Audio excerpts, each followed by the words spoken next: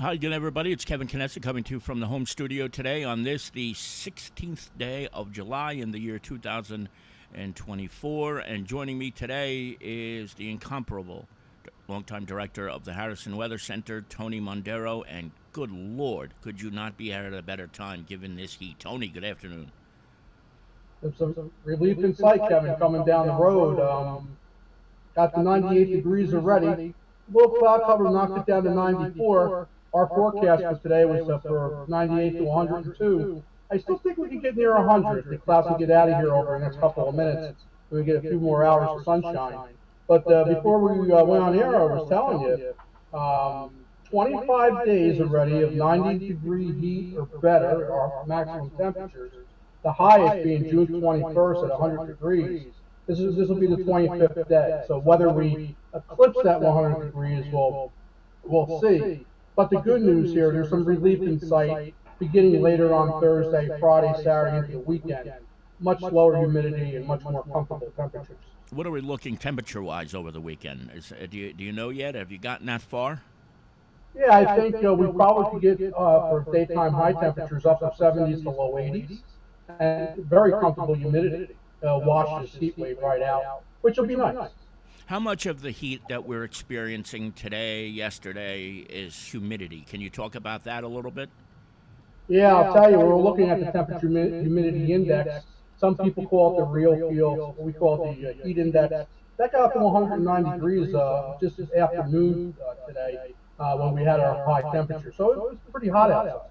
Yeah, we've been getting a lot of alerts, too, in email about staying inside or if you have to go outside for any reason, being hydrated, things of that nature. Like, this is not a good time for certain groups, like elderly people, to be outdoors, right? This is a time where you really don't want to chance it. Right. The elderly, anybody susceptible to any breathing problems, you have asthma, if you have any respiratory problems, you really should stay indoors. And for those dog walkers, please walk the dog tonight after the sun goes down, because not only does the dog have to deal with the hot temperatures, Kevin, but they have to deal with the very, very, very hot sidewalks.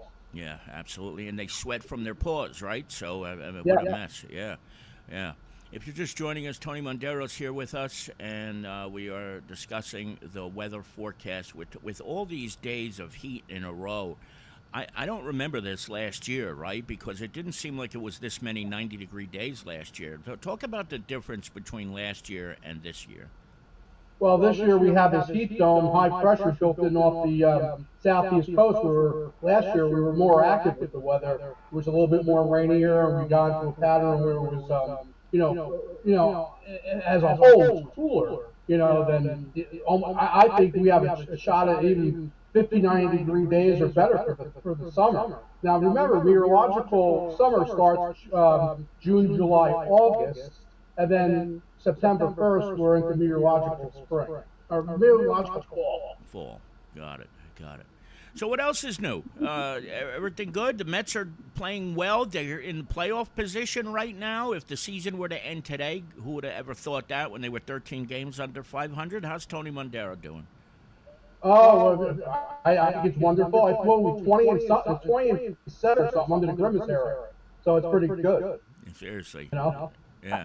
Since they went to London and then they came back, that's it. It's all been uphill from there. I didn't expect this. I wasn't ready to buy into it yet until I looked at the standings and saw that they were in the third wild card position and not too far out of the second and first.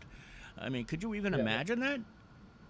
What's your feeling about trades? I think they should leave the team alone. If anything, they should add.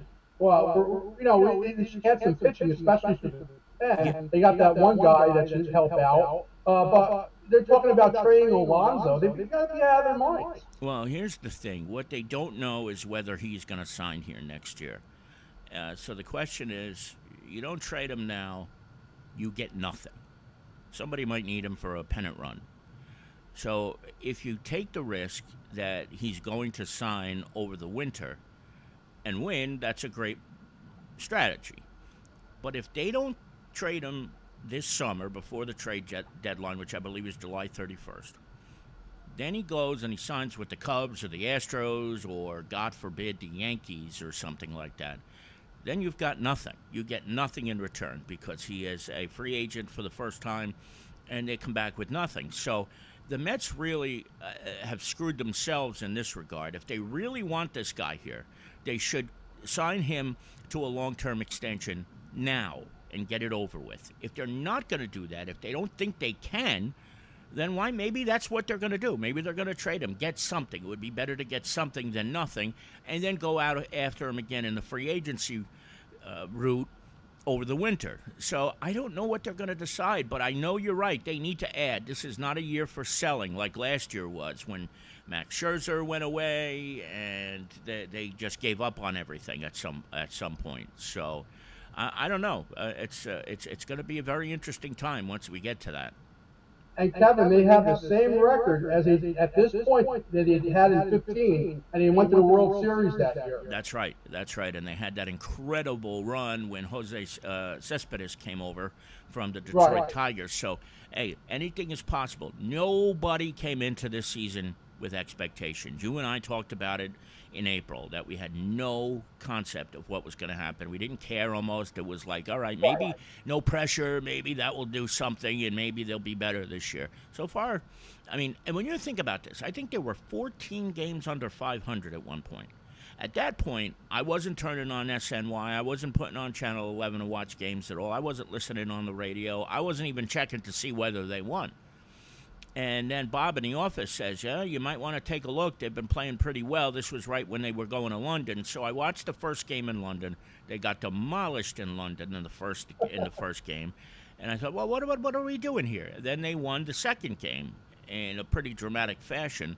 And so I don't know. I just don't know what to think. Is this really what this team is? And if it is, they better make some additions at the trade deadline. And that's coming up on the 31st of July. Yeah. And before we go further, everybody like and subscribe. This is a great program Kevin has on Tuesday. The local news is coming up, and Kevin's got plenty today. And before I get in trouble, the boss wanted to know if we heard of anything about an earthquake, an aftershock, or anything like that. And we've been controlling Twitter, social media a little bit.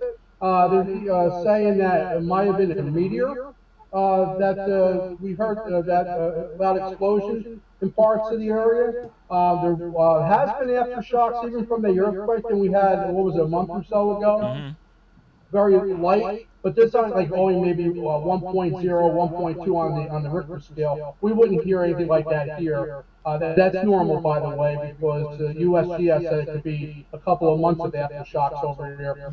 We had the primary quake. But we're watching that very closely. And Kevin, if I hear of anything while you're doing the news, I'll text that to you through our means. No, thank you. There was all sorts of speculation, and you know what happens when that happens. It becomes a shit show because everybody is an expert of what was going on and what they thought. But, Lisa, I can't remember if she told me she heard it or felt it. I think she did, because she didn't the first time when it was the major earthquake.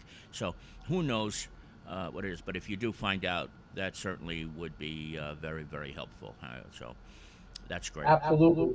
And Kevin, always a pleasure being with you. I can't wait till we're back together on our Thursday night when we do the adult version of the weather sometimes, and we have some fun with the weather show on Thursdays at 7. But the new setup looks great, and we'll let you do the news. We will talk very, very soon, because that day is coming soon, so we'll get to there very soon. But I thank you so much for joining us today, and hope you are doing well, my brother. Thank you.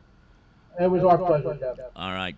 That's Tony Mondero of the Harrison Weather Center. Of course, the great and one and only Tony Mondero, who is just kicking butt every single day over at the Harrison Weather Center. We are very, very grateful to Tony for his presence. Oh, Lisa, you didn't. I'm sorry. I thought you said you did, but you had missed it the last time. I can't keep track of all these different things. All right, at any rate, tonight at 7 p.m. is the Kearny Council meeting. Sharon, I don't know who posted that it was on the 17th. I certainly hope it wasn't me, because the council meetings are never on Wednesdays. The council meeting is tonight. Now, here's where the problem comes in. The meeting starts tonight at 7 o'clock at Town Hall Council Chambers. Now, because of something called the Sunshine Act, which is where any governing body meets, they must tell where this meeting is taking place in January. The meeting has got to start where they say where it would start, and that is that at the town hall, which is 402 Kearny Avenue. Now, we were originally told by the mayor that the meeting had been moved to Kearny High School tonight, and that they would have to start the meeting at town hall, then move everybody over to Kearny High School. Now I'm being told that if there are not enough people who show up at the town hall, they're going to keep the meeting at town hall. So last week we recommended that people get to Kearny High School for the meeting so that you didn't have to worry about going from the council chambers to over to Devon Street. It's not that far, but here's the thing. It's 94 degrees right now. So, and it's going to be hot at 7 o'clock still. It's still going to be hot. So if anybody takes an Uber to the town hall, or if anybody gets a ride from somebody, then they have to go, or if they walk, they're going to then have to go from town hall over to Kearny High School for this meeting if there are too many people at town hall. Instead of just saying we're going to start the meeting at town hall, and then as soon as we open the meeting, we're gonna adjourn and move over to the high school. That's not being done here. So I mentioned it to the mayor, and I didn't get a response in any form, and that's just the way it's going to be.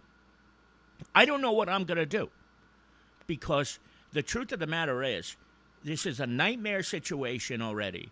And what's going to happen is that there are going to be people who show up to the high school, I think, not knowing that the meeting is technically at the town hall. And then if they're all at Kearny High School, and then there's a small number of people at town hall, it's not going to get moved to the high school, because there won't be, the reason they would have to move it to the high school is because once you get over capacity for the purposes of the building capacity and the fire department, then you can put it somewhere else.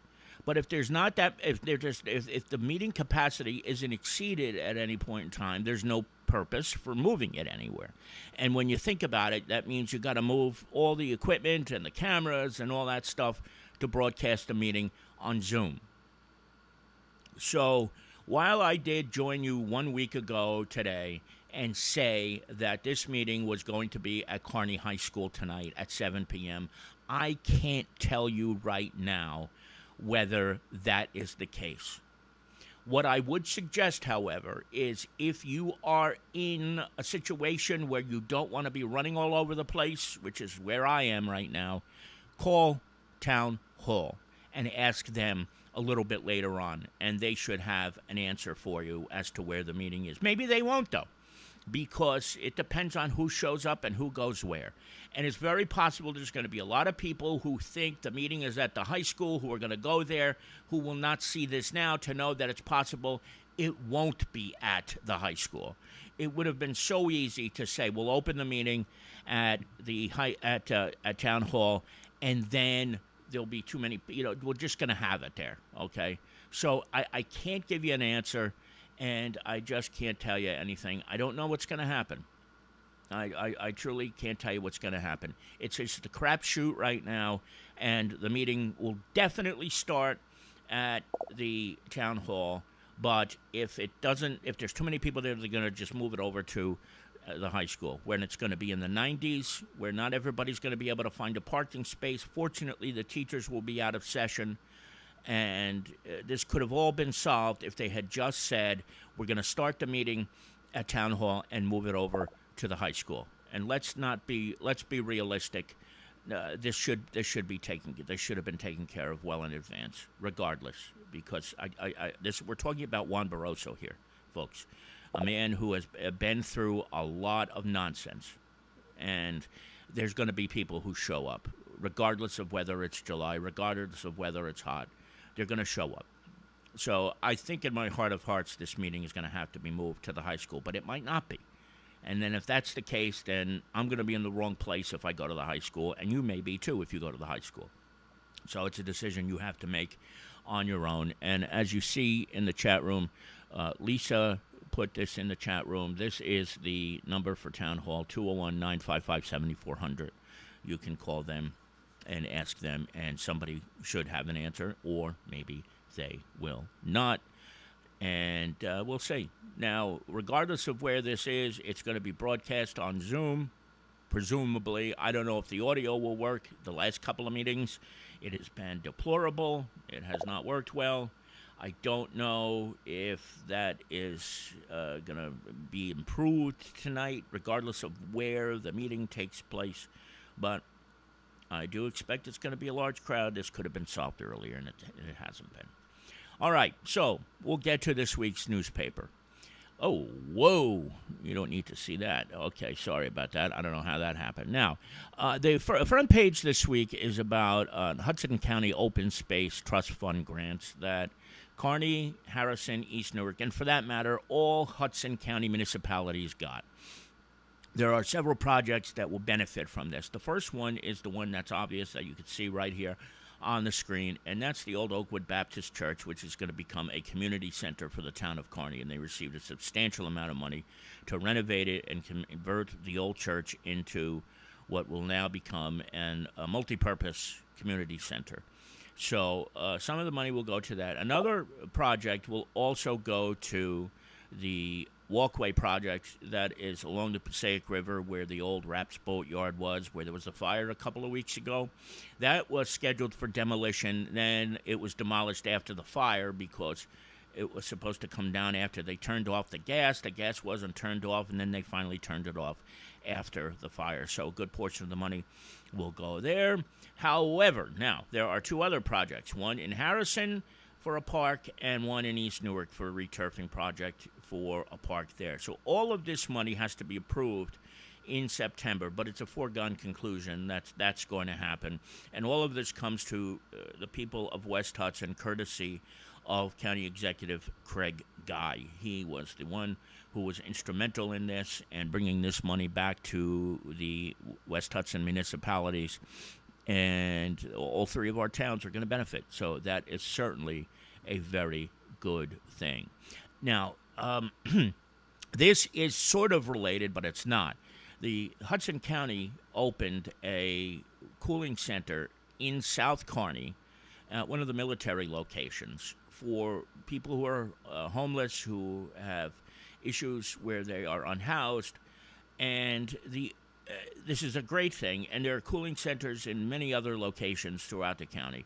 However, the biggest problem with the homeless cooling center in South Kearny is that there are 4 ways to get there. There are 2 pickup spots in North Bergen, and there are 2 pickup spots in Jersey City. When we got the news release about this, we reached out to Mayor Doyle and the Public Relations Department, and she responded by carbon copying County Executive Craig Guy and saying, like, well, what gives? Where are we going to put anybody from how are we going to get anybody from West Hudson over there? There's really no way to get them over there.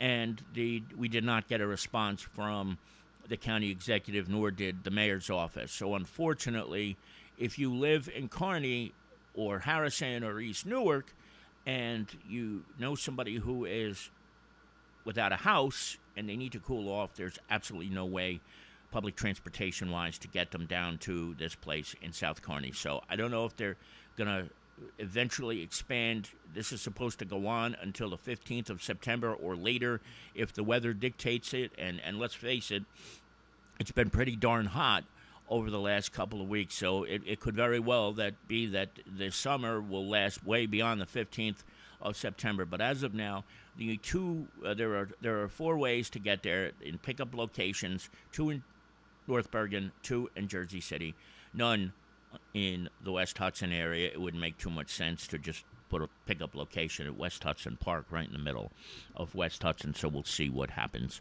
there, if there's any change. But it's still a good program that they're doing this, and there's a lot of social services that are available for anybody who may be homeless in the process during this horrible, horrible heat. This was a ridiculous story, and I can't remember if we reported it last week on the air, but there was an incident where a car was stolen. It was a Jeep in Jersey City, and 3 teenagers drove it to Secaucus. One of the police officers in Secaucus noticed the car, and 3 people got out of the car, and 2 were arrested. But one decided he was going to jump into a Secaucus police radio car, and he took cops on a joyride through Secaucus, Jersey City, Kearny, and then Newark.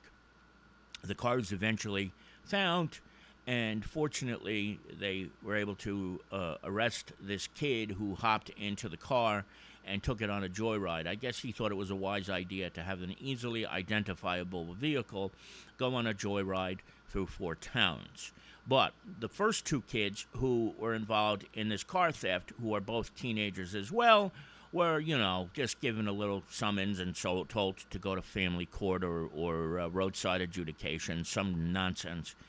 But the only one who actually got remanded was the kid who took this whole police car on a chase through Secaucus. I mean, imagine that, teenagers doing this. And again, the chief of the Secaucus Police Department, who you see right here, who is a very, very good guy, Dennis Miller, said, what are we supposed to do? What are we supposed to do? They know these guys are going to get away with it. They know they're going to get away with it, so they get away with it.